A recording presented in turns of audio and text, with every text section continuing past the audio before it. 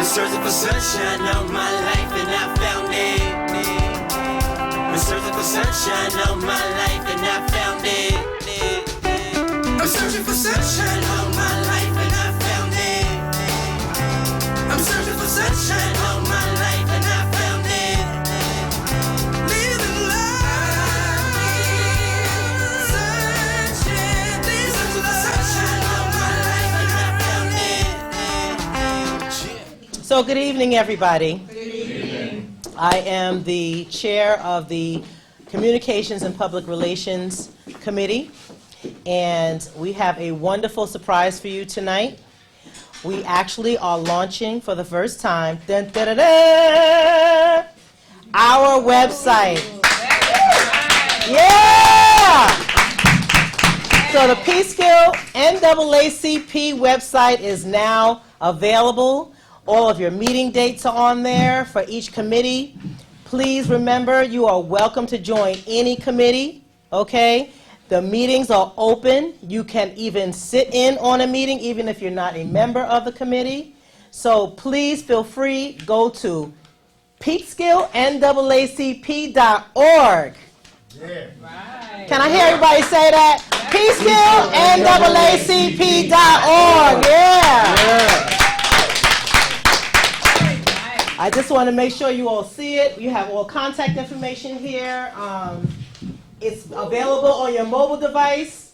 So for all you smartphone junkies, feel free. Get it up on your phone, get it up on your computer, work it out. And please provide feedback. There's a contact area. If you have any information that you want to give us, any information you want to include on the website, any information that you think shouldn't be on the website, just let us know, okay? We're open and ready to hear any suggestions that you have, but in the meantime, we're ready to go. Very nice. All right? Any questions? Comments? Job well done. Thank you.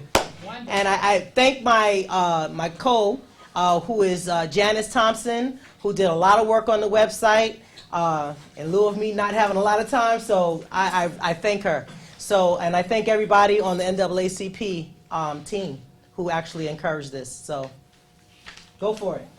Wait, there's more. There's more? There's more. The brochure. Oh. Wait, there's more. There's more. Yeah. Go ahead. You all, should they have gotten this? Yeah, already? we're gonna pass them out. I'll Okay. pass them out. You will all receive this brochure, okay? The brochure is trifold and has all types of information. Please, please, please read it. We are very focused on our 5 game changers: economic development, education, public health concerns, criminal justice, civic engagement. You all know. If you don't know, you know now. We are trying to keep it 1,000, okay? If you have not registered to vote, please, please, please do so. We have registration forms, and we're ready to take you to the polls if we need to. That's what we did, okay? So just make sure you read the brochure. There's a lot of information. Share it. Share it. We are keeping it 1,000. We are moving forward together. We have our mission here, our vision here, and all of our objectives. We're going from a moment to a movement. Can I hear? Moment to a movement. Okay? Hi, my name is Marcus Carl Franklin. I'm one of the producers of the Peekskill Film Festival. I'm very, very cold. That's why I have my jacket on. But basically, it's an event that was founded by Alicia Morgan from the Field Library. And I came on board because she was very interested in creating something that caters to the Black and Hispanic community in Peekskill. So that's exactly what the Peekskill Film Festival is. We'll be celebrating films, filmmakers, and writers and directors of color by showcasing films from people from Peekskill and from the greater Westchester County, Hudson Valley area. We have lots of different sponsorships and partnerships with different organizations in Peekskill and outside of Peekskill. But what we don't have and what we need is your support and you guys to come out and not only see films by Black filmmakers and Black actors and actresses, but also to spread the word and share it. So I have some paperwork with me, just like flyers. I have the press release. I have a sponsorship sheet, and I also have the attendance and demographics, just so you guys can kind of see like what we're going for and you know what it's about. So I really hope that everybody comes out. It's May 13th to 15th of this year, and yeah, it's gonna be really really great. Did you say where? I'm sorry. Oh, it's gonna be in Peekskill, so it's at various locations. The Bean Runner, Paramount Theater. They're gonna be playing films all over, you know, all over the city. So it's gonna be really cool. Yeah. How does one become one of the filmmakers that are being presented? There's actually a submission. It's on the sheets, but you can go to peekskillfilmfestival.org and you can submit a film to we have this thing called Without a Box, and basically you put your name in, you know, what you do, and you can upload your film, and then we'll watch it, critique it, and we decide which films will be showed. And we're also going to have some, if we can, you know, get enough money, we'll have a couple of kind of bigger filmmakers. You know, I'm an actor. I've been an actor for a long time, so I know some people who are interested in being a part of the film festival. Actually, one of my friends, Peetha Murkison, will be coming, who's from the black lady who was on Law and Order and Lackawanna Blues, and so she'll be coming up from New York to attend the festival, as well as a couple of other people. But yeah, but it's peekskillfilmfestival.org, and like I said, I have more paperwork so you can kind of read about exactly you know what we're doing and how we're promoting the event. So thank you guys so much. Before you leave, Dr., you and I had a conversation before. Could you just, in light of the Oscar So White and what's happening there, you and I had a conversation of why this was also important to you in getting people involved behind the scenes. Want to speak to that? Oh, absolutely. Yeah, I mean, it's important for me as a man of color, you know, to be a part, not only be a part, but also help see the film festival through, because there are more jobs than just being an actor. I think in our community, there is a lot of emphasis placed on being, you know, no pun intended, but being the point guard, being the guy who's in front, being a basketball player, rapper, whatever it is, an actor. And there are so many other jobs. There's locations manager, there's being a writer, being a best boy grip, lighting, you know, a screen boy or screen girl that gives actors their lines. There's so many other jobs, and there's a whole underside of the industry that we don't see, that actually create the film, create the thing that you see, that we have no idea that these jobs exist, and they're actually not that difficult to get into. So for me, it's important to show other young people that these areas of film do exist, and we will be having you know, some master classes with filmmakers, so they can kind of speak to like how they got involved as a writer, or you know, how they got involved in lighting or whatever it is. So we're gonna have some different professionals come up as well, and also just, you know, to speak on the Oscars. You know, the problem that I see with you know, with film and with entertainment in general is that we have all these institutions that exist, but we're not at the helm of these institutions. So just as a basic example, the Rock and Roll Hall of Fame, one of the chair people for the Rock and Roll Hall of Fame is Tom Hanks. What does Tom Hanks know about music? He's a historian, but what is, you know, you would think that a musician would be at that high of a position, and it's not. And that's how it is all over. That's the Oscars, that's the Grammy Awards, that's even the BET Awards, because BET isn't really owned by us. So it's important, if you want to see artists, whoever it is, if you want to see people of color who are in these fields being, you know, being honored, at the end of the day, we have to create that infrastructure to honor ourselves. Because in essence, that's really what our counterparts have done. You know, there's nothing wrong with Christopher Nolan deciding to work with 5 or 6 of the greatest white actors or biggest white actors of the time. He's just doing what he's identifying with, people that he identifies with in reality. So like, and that is a whole other thing with like subconscious racism and the idea that, you know, I'm just connecting with people I connect with, but we have to do that for each other if we want to see these changes and see these things happening. So that's what I hope to do with the Peekskill Film Festival, is to create an outlet for us, where our films are you know, are put at the helm and are put under the spotlight and appreciated by us. So yeah, so thank you very much. Is there going to be any opportunity, or do you have any intentions of maybe involving some of the youth from the community in any? In the classes, yeah. Okay. In the classes, yeah. The classes will be free, so you know, kids can come and take classes. We're in the process of partnering with a few organizations. I think we recently partnered with the Shakespeare. I can't remember the name of it right now. Like up in Garrison. So we recently partnered with them. So they'll be bringing some people and some classes down. Our guest speaker. Just a brief introduction. Dr. Williams is Professor Emeritus, past Chairperson, Department of African Studies, Director of the Center of African American Studies at Seton University. So welcome, Dr. Sellers.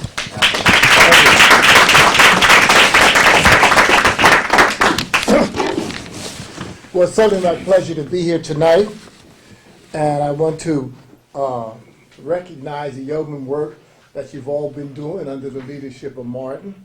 And it's very exciting to be in a room that's full, and you have to bring in additional chairs, because those of us who've been around for a while know that many times, we do these things and we have nothing but empty seats.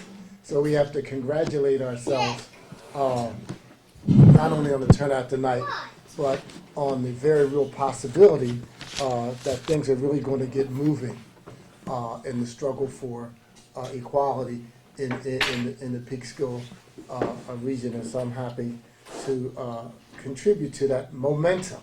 Now, this is the 23rd of February, 2016. And there's an old kind of African proverb that a person is never really dead while there's somebody alive to remember them. All right?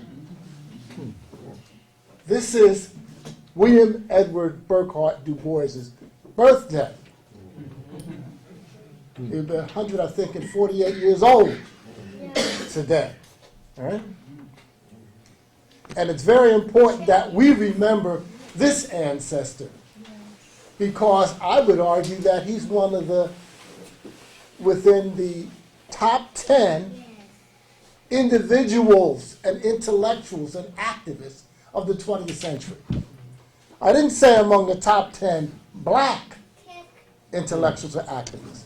Among the top 10 activists. This man was probably as important, and one could argue more important, than Dr. King and Malcolm X.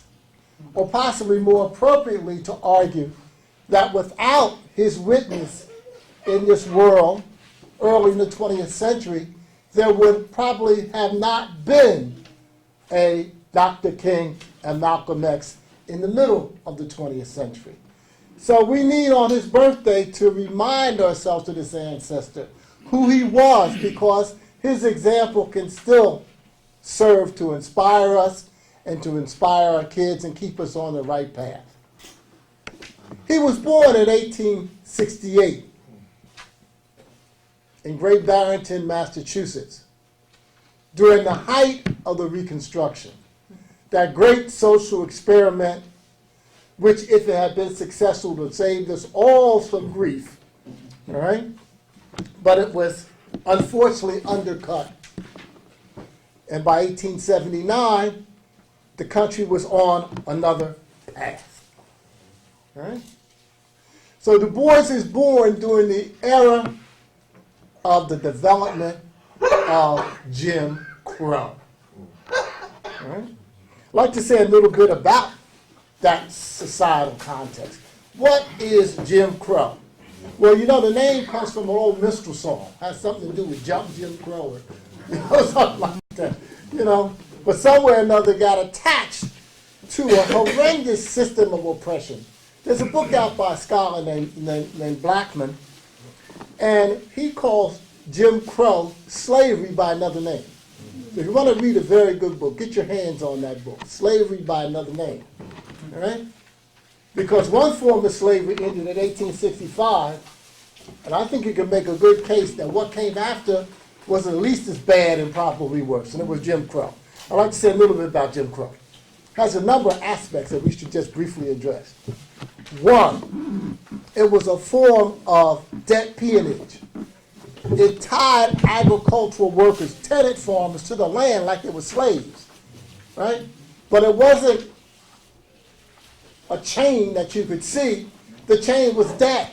It was debt that you could never get out of, right? Jim Crow also had the colorblind employment. All the good jobs were what? Reserved for white people. And all the hot, dirty, dangerous jobs for black folks, a job reservation system, right? Colorblind employment. It had the chain gang, right? That's when you take the criminal justice system and use it as a system for the forcible recruitment of labor. When people arrest you because you just don't have enough people to work the fields, go arrest some black folk, right? The arresting officer, he gets a cut. Wow. The judge who sends you to the chain gang, he gets a cut, right? And you go and rent it out to somebody's farm or to some mine or what have you. The whole industrialization of the South was based on this chain gang. And so many people that went that chain gang, they never came out. They died. Right? There was disenfranchisement, a fancy word that said, you thought you got the vote after the Civil War, well, we're going to take it away. Right? We're going to have a poll tax. You can't pay the tax, you can't vote. Of course, it would be too high for you to pay. You're going to have no property qualification, but you don't own property, you don't vote. You're going to have to pass a literacy test.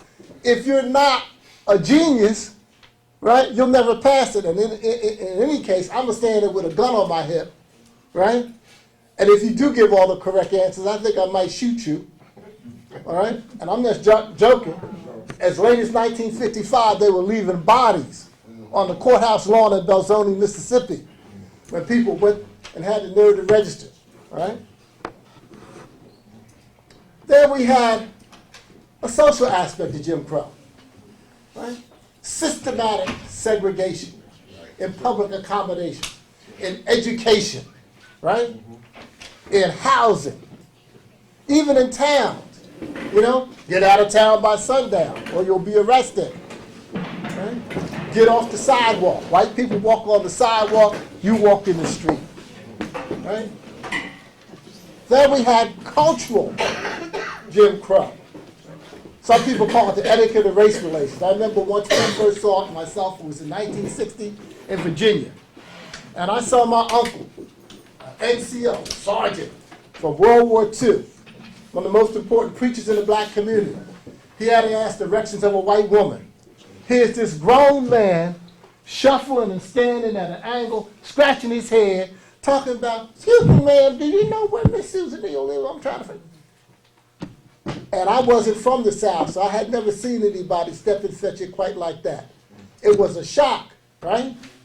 But you know, if you don't do that, acknowledge the superiority of white people, you could what? Lose your life.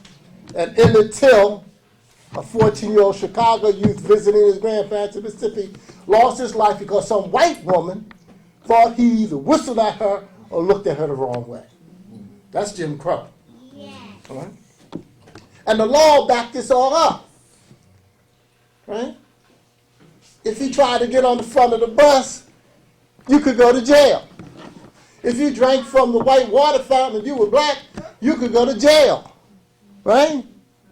If you stepped on the sidewalk when you weren't supposed to, that was a violation of ordinance. You could go to jail. Right? Legally sanctioned racial segregation and discrimination. This was all backed up not only by the law, but a particularly vicious form of domestic terrorism, lynchings and race riots. Lynchings and race riots. This is what Du Bois is coming up in. Now, he's born in Massachusetts, right? But this is the reality that all black people have to confront. And there's one more thing that we need to mention in this regard. It's something that got a fancy name. It's called social Darwinism. All right? It's a theory of race relations that came to dominate not only the South, but the North by the time we get to the end of the 19th century. It simply said that there was a process of social selection, just like there was, according to Darwin, a process of natural selection in the universe, right? And it had been scientifically demonstrated, right, that the white race was a superior race and the black race was an inferior, a dying, a polluted, and a dangerous race. Therefore, since science proved that there was no possibility of any sensible person endorsing what? Racial equality, right? Then the elites in the society, right, didn't champion racial equality, but they what? Looked the other way if they were Northerners when it came to Southern Jim Crow, or they actively enforced it. Now this stuff got to be extreme, all right? Because they dealt with black people like we were disease, right? A necessary evil. Strictly limiting the interaction between the races so we wouldn't corrupt people. They thought we had diseases that could be, you know, white people wouldn't be able to deal with. Watch those black folks, right? Or we would corrupt their morals. There's something about us. You hung around them too much, you corrupt their morals, and what have you, right? And that led to eugenics, right? Well, we have to stop these people from procreating, right? That's how we're going to improve our society, by taking the inferior races and weeding them out, right? You don't give these people a kind of fancy education. They can't use, they're incapable of this, right? The best you can do is teach them how to use their hands and learn how to behave around white people. That was it. That's what they came up in. But Du Bois took care of academic and intellectual business. Right? He tried to go to Harvard around 1890 or so. They initially wouldn't let him in, even though he was a brilliant student in primary and secondary school. So he had to go to Fisk, which was an HBCU in Nashville, Tennessee. And that was a blessing in disguise, because he had grown up in Western Massachusetts. He had his black relatives, but he hadn't been around the mass of black people. He went to Fisk and he found out what it meant to be black in the South. He also found out something else. He found out how beautiful black people were. How beautiful was their music. How beautiful was their speech, their religion, and their culture. Right? And he came to understand that that belonged to him also in a special way, because he was a black man. Okay. Give me some time checks here, all right? Because I don't want to go past about 20 to 25 minutes. And this is Du Bois, folks. And, you know, I don't want to keep people here. It's a weeknight. There's all kind of bad weather out there. Okay, what did he do educationally? Okay, he comes back from Fisk. They now let him in Harvard. He comes back with a degree, but they won't let him in grad school right away. Say, you got to go back to the junior year. So they let him come and start the junior year at Harvard. He graduates, right? He ultimately picks up a PhD. He's the first black PhD graduate from Harvard. While he's about it, he shoots over to Berlin, Germany, where he had the most advanced sociologists at the time. And he does all his coursework for sociology, but he comes back and he has to delay receiving that degree to 1960. Oh, by the way, Du Bois lived to be 95. He was born in 1868. He died on the eve of the March on Washington on August 28, 1963. Right? He kept figuring he was going to die, so he kept writing his autobiographies. You know, 5 of them. You know, he just kept hanging in there, hanging in there, hanging in there. Productive almost to the day he died. Okay? Now, what does this man do with his knowledge? First of all, he begins to focus on Africa, because he says that's where my relatives come from. I'm an African, right? But it's not only cultural, it's something else. I'm an African because people look like me are being oppressed, all right? And I belong to the world of color, right, which isn't in Africa, because they're being oppressed, and I understand what's happening to them in Asia and in the islands of the sea, as he put it. He said, in fact, I recognize that the problem of the coming century, the 20th century, will be the problem of the color bar. You probably heard that that expression. It originated with Du Bois. The problem of the 20th century is a problem of color bar. So what am I going to do? Well, he says, I think that the problem is that white people just don't understand. They're just ignorant of black people, right? I want to tell them about our uniqueness, what we are going to contribute to the world if you just let us. And when you understand that, right, all this Jim Crow and discrimination, social Darwinism will disappear. So he set that as his intellectual task. Right? His doctoral dissertation is the first systematic study of the United States' involvement in the African slave trade. That's his dissertation. He's a series of firsts.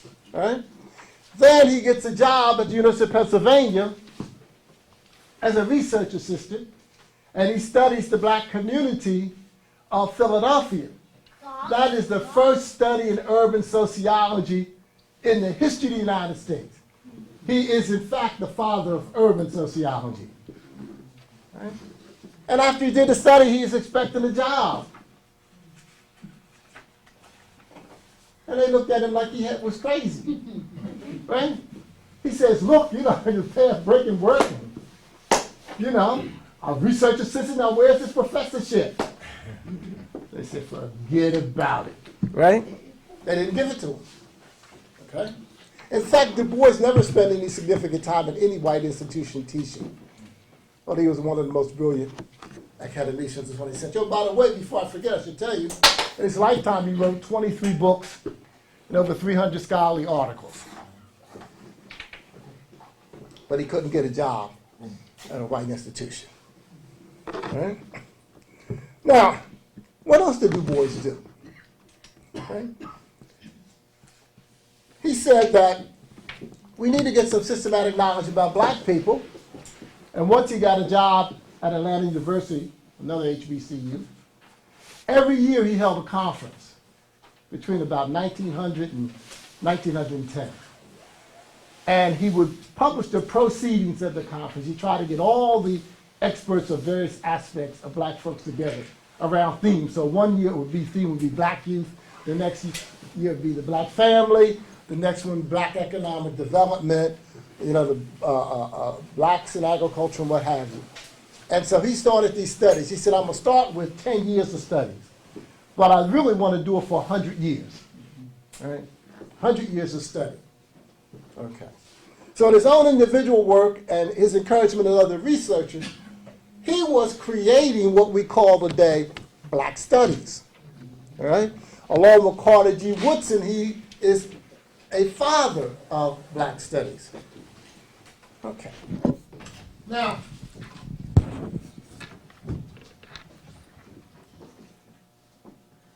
Du Bois talked about one other thing before I move from his intellectual activity to his activism. Anybody ever heard of double consciousness? Right? Du Bois, you know, he grew up around white folk. All right? I mean, he had his family and what have you, but he grew up around white folk. And then he got to kind of high school, and he noticed a change. When he went to ask the white girls to dance with him, you know, the various little high school get-togethers and what have you, they looked at him like it was crazy.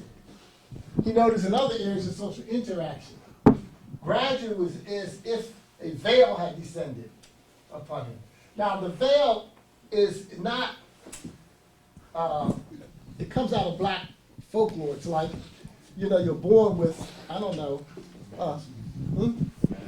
they're kind of a mask or some distortion in your face, but people who have the veil are supposed to also be clairvoyant. All right? And so Du Bois said that what he began to sense was a two-ness. That he wasn't one person, he was kind of two, or at least he had two consciousness. But these things were at war with each other. There was a double consciousness, but they were at war. One of these consciousness is what? Viewing the world and viewing yourself through the eyes of another, through the eyes of the white world. Right? And then the other consciousness that develops in opposition to this is what? That thing that is yours by virtue of experience.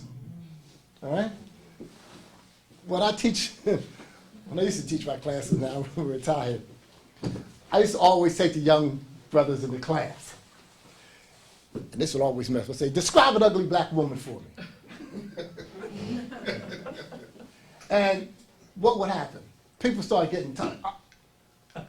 First they would start and then they would stop like in mid-work. And they couldn't do it. Right? Why? Because that one consciousness is going to apply what? A Eurocentric yardstick to what's going to come out of his mouth. But then the other consciousness, brother, you better not say that. Right? You better not say that. Right? It's the same way. Another thing is when you see brothers, when they're with other brothers, they all talk, oh man, that girl, she don't look like nothing, and I don't know what, right? And then the next thing you know, 10, 30, 11 at night, here comes the brother sneaking around the door, knock, hello, right? Right? So you have this, two, as Du Bois put it, two separate wars, two separate strivings, warring within one dark body. And what he wanted to do in some way was to reconcile it so people could be both black and American. That you could accept what America had to offer because they had a whole lot to offer. But America could then also accept what you have to offer because there's a whole lot to offer. Right? Another concept that's quite important to understand ourselves. You know, so many of us today are speaking out of a false consciousness, out of the wrong aspect of that double consciousness. At least Du Bois raised that up. Well, what did he find out? You know, there's some people out here who don't do evil things because they're ignorant of the implications of what they do. They do evil things because they are evil. Right? And therefore they have to be checkmated. Right? They can't be defeated with intellectual arguments. They have to be defeated with power. Right? And to have that kind of power, you have to build what? Movements. You have to mobilize people, organize people. And Du Bois was a person who, with a number of other so-called black radicals, initiated the 20th century civil rights movement. Right? The old one had been destroyed, the old one which ended slavery, the abolitionist movement. Right? By the end of the 19th century, it was in disarray. Right? And there were two alternatives, right? Accommodate or struggle. And it was a black leader who advocated accommodation. His name was Booker T. Washington. Right? Now, Booker was a very important and learned man, right? Who had many good things to teach black people. But he was also what we call a political boss, right? And political bosses distribute patronage in return for allegiance, and they punish people who don't support them, right? Booker T. Washington's organization, his political organization, had a popular name. It was called the Tuskegee Machine. If you supported Booker T. Washington, he would tell the white folks to give you a job. If you supported Booker T. Washington, he would let your articles appear in the newspaper. If you supported Booker T. Washington, he would get white money to fund your projects. If you supported Booker T. Washington, you got in trouble with some poor white racists, and I won't use the name that they have, you know. Got in trouble with some poor white racists, Booker T would go to some more powerful white people, right, to get you protection. But you therefore had to what? Support his viewpoint of things. Right? Because if you didn't, he'd make sure you wouldn't get a job. He'd make sure that the press would vilify you, right?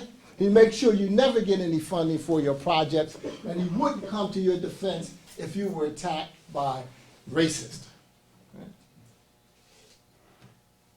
Problem. In order to support Washington, you had to support his ideas. His ideas were that black people did not have to make the struggle for the vote the number one priority. His position was that you did not have to make the struggle against racism and Jim Crow openly your number one priority.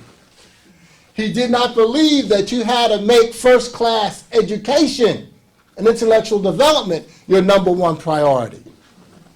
Right? He was an accommodationist. It was more important to do those things that white people could accept to court their goodwill. Right? And because he took this position of accommodating to Jim Crow, accommodating to social Darwinism, he was the darling of all those white folks that got all kind of money to drop on you. Right? So it wasn't easy, but Du Bois and some others made a principled decision. And that decision was to confront Washington and to set up an organization. It wasn't the NAACP yet. It was the Niagara Movement, which is the first 20th century civil rights organization, founded at the end of 1904 into 1905. It was an all-black organization. It had to be set up in Niagara Falls, Canada, because Booker T. Washington was trying to send spies into the meeting and find out where it is to tell the proprietors don't rip these people in these space and doing all the stuff he would do to destroy an organization. Right? But the organization was set up. Right? And it was set up on the basis of advocating for self-conscious, as they would put it then, manhood. Full political equality. Right? Educational opportunities for young black men. Jobs. Tell those unions that we need jobs, right? Because unions at that time were very, very discriminatory, right? We want an end to lynching, right? And race riots. We want the federal government to enforce the 13th, 14th, and 15th Amendments. We all know what those amendments are, right? And just in case we don't, 13th, right? It says slavery and voluntary servitude is unconstitutional. Don't forget the second part of it. Except what? In punishment for a crime after due process of law.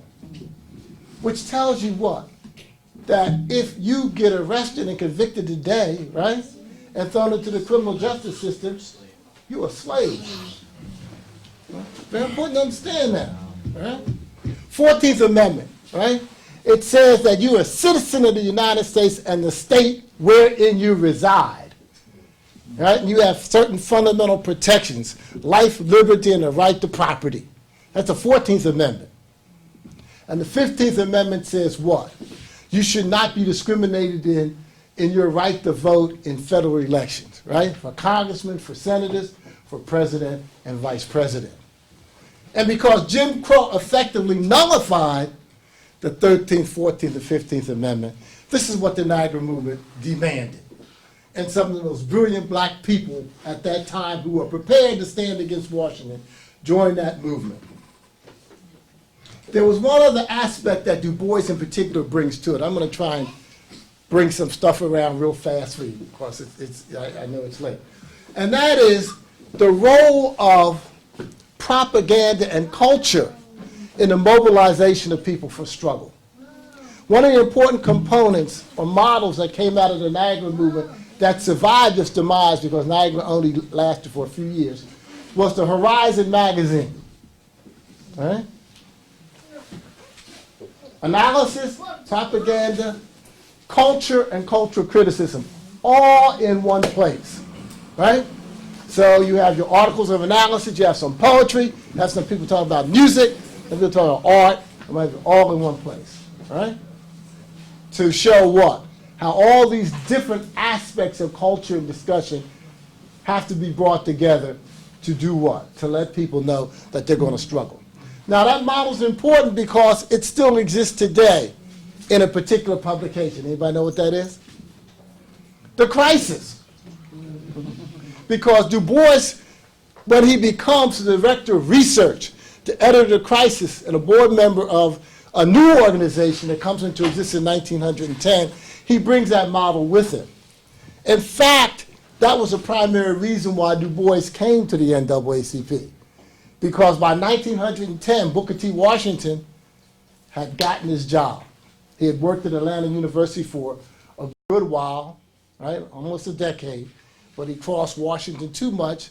So Washington used his influence with John Hope, who was the president of Atlanta, and said, you got to fire this dude, or I'm not going to the white man and get any more what? Money for you unless you get rid of Du Bois. So Du Bois was unemployed, right? He no longer had a platform. He needed a platform. Now, the NAACP, there's a few things we should say, get around to the NAACP, right? Was founded as a result of the initiative of some white progressives, all right?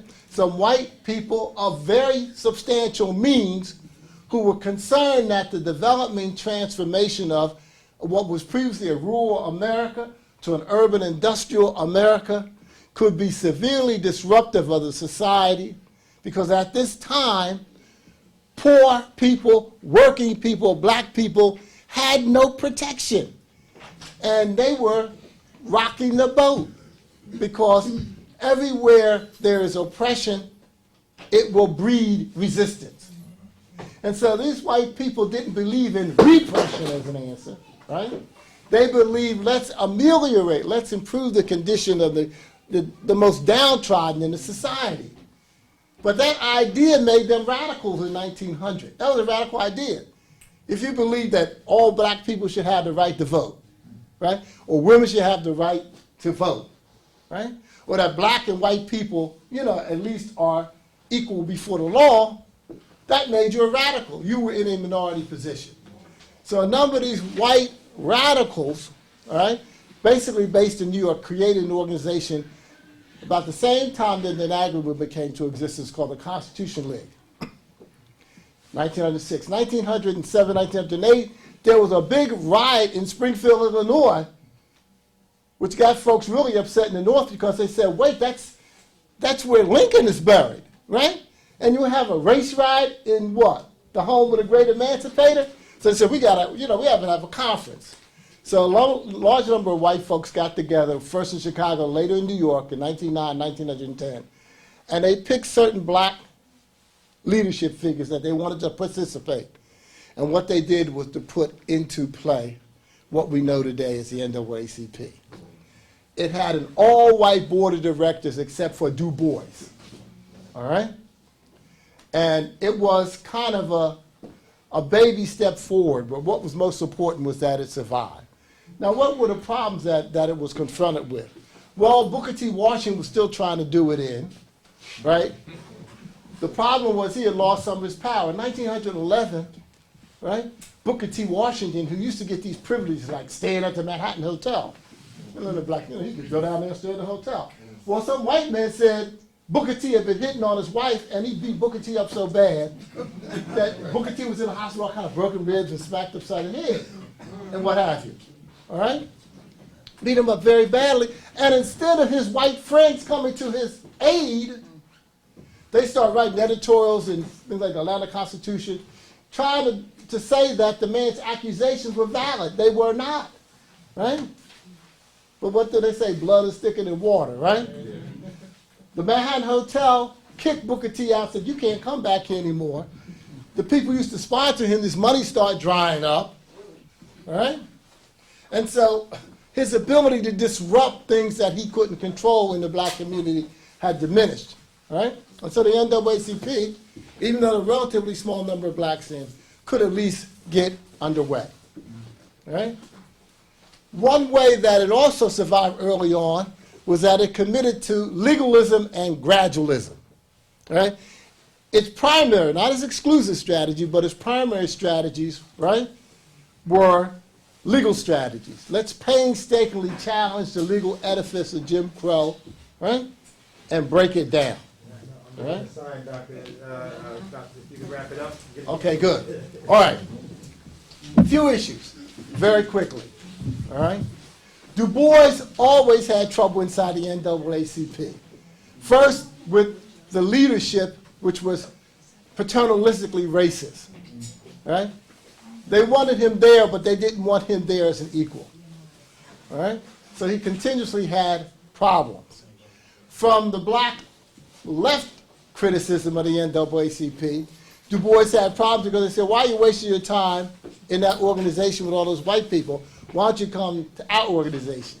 Two people subjected him to that criticism, William Monroe Trotter and Marcus Garvey. A third thing about the early NAACP, at the very top of its leadership, it was penetrated by Army intelligence. All right? So that they were sending reports back on the activities of the organization to the military, and the military was monitoring them because they believed that black people were a non-patriotic component of the country. In Atlanta, they started an NAACP chapter, and Reverend Williams, who's the grandfather of Martin Luther King, right, got himself an Army intelligence file because of his activities on behalf of the NAACP and organizing a black high school. Now, to end, Du Bois had a very often again, on again relationship with the NAACP. He quit it about 2 or 3 times. All right? He was considered to be too radical. All right? Like a number of other civil rights leadership figures in the 20th century, Du Bois would ultimately be driven completely out of the United States. Completely out of the United States. All right? He will die in Ghana in 1963. But Ghana, it was there for him because of his activities on behalf of African liberation and anti-colonialism. So when it was time for somebody to take him in, when his own people couldn't protect him in the United States, he was able to go to Ghana under the protection of Kwame Nkrumah. Now, we remember him here today, and that last point, you know, I think, which one of our leaders didn't get persecuted? Right? What is it about this country that drives our best people either into the grave or completely away? What is there about that? You know? And where do our organizations stand when it's time to stand behind our leadership? Right? Did the NAACP steadfastly stand behind Du Bois? Want the answer? No. All right? Did the NAACP stand behind Martin Luther King? No. Does that mean the NAACP is a bad organization? No. Because I can tell you a whole lot of other black organizations that let our leadership down. All right? What we have to ask ourselves is, why did that happen? Right? Why do we forget our ancestors, their example, what they stood for, right? And of course, the best way to remember them is to continue the struggle. Now, one good thing here as we end, definitely Martin, right? We're ending in a room full of people, right, who seem like they want to take the struggle up again, right? But as part of taking it up, you got to understand the history of where we've been before, the pitfalls, right? And to make sure that we don't do to some of our 21st century leadership what we've done in the past. Thank you.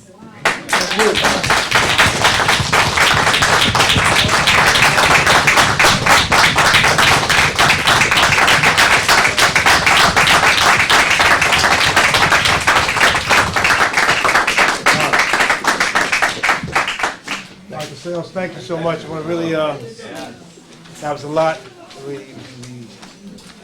So much of the things that you were saying, of how things started out, really can still apply today in a lot of ways, in many ways, and gave us a lot to think about. Just want to thank you for being here. My pleasure. We've been blessed. And,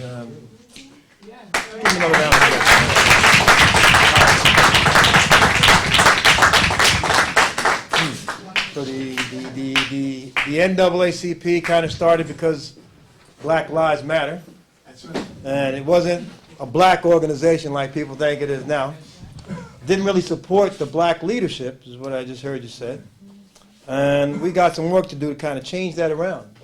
And we have to be a little bit more radical. And that's part of our appeal to get 1,000 people. I got a radical kid inside me, Dr. Sales, but I'm not a kid anymore.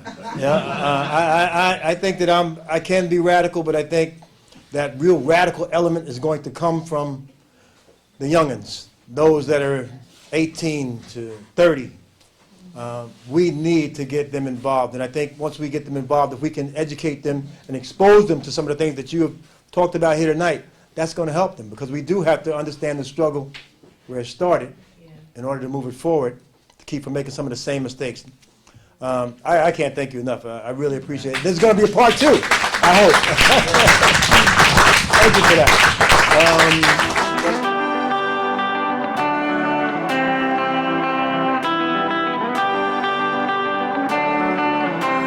Been searching for sunshine all my life and I found it. Been searching for sunshine all my life and I found it. I'm searching for sunshine all